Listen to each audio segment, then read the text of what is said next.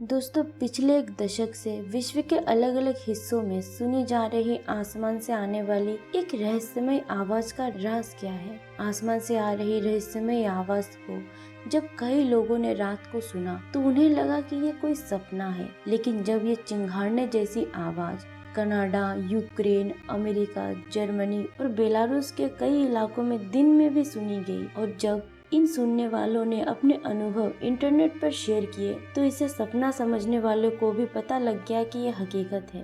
2008 में बेलारूस से इस तरह की आवाज का पहला वीडियो यूट्यूब पर अपलोड किया गया और उसी साल ऐसी ही अजीब कान फाड़ने वाली आवाज का वीडियो अमेरिका से अपलोड किया गया। जर्मनी में इस आवाज को सुनकर तो एक बच्चा डर के मारे अपनी जगह पर खड़े खड़े जम सा गया।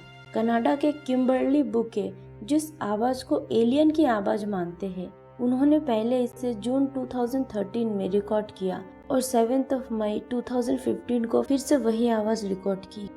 दोस्तों, ब्रिटिश कोलंबिया के टेरेस इलाके के किम्बर्ले ने मॉर्निंग में 7:30 पर यह अजीब आवाज सुनी तो उसने वहां के कंस्ट्रक्शन कंपनी से इस बारे में सफाई मांगी। किम्बर्ले को लगा उनके इलाके में कंस्ट्रक्शन का काम चल रहा है, जिस वजह से ये आवाज आ रही है। कंस्ट्रक्शन कंपनी ने जवाब दिया कि उस इलाके में उनका कोई काम नहीं चल रहा है। किम्बर्ले ने ये वीडियो यूट्यूब पर अपलोड कर दिया, जो स्ट्रेंज साउंड इन टेरेस के नाम से फेमस हो गया।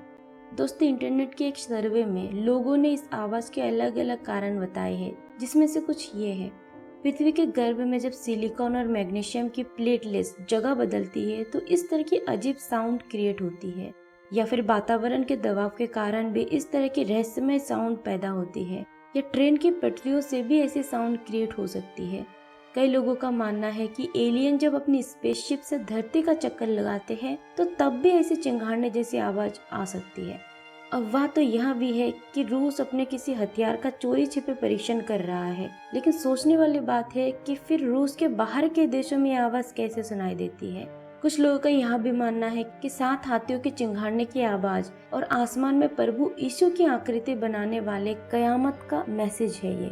इसका अर्थ है जल्द ही दुनिया का अंत होने वाला है। दोस्तों, ओक्लाहोमा यूनिवर्सिटी के भूवैज्ञानिक डेविड डेमिंग हम नाम से इस घटना के बारे में अपने तथ्य पेश करते हैं।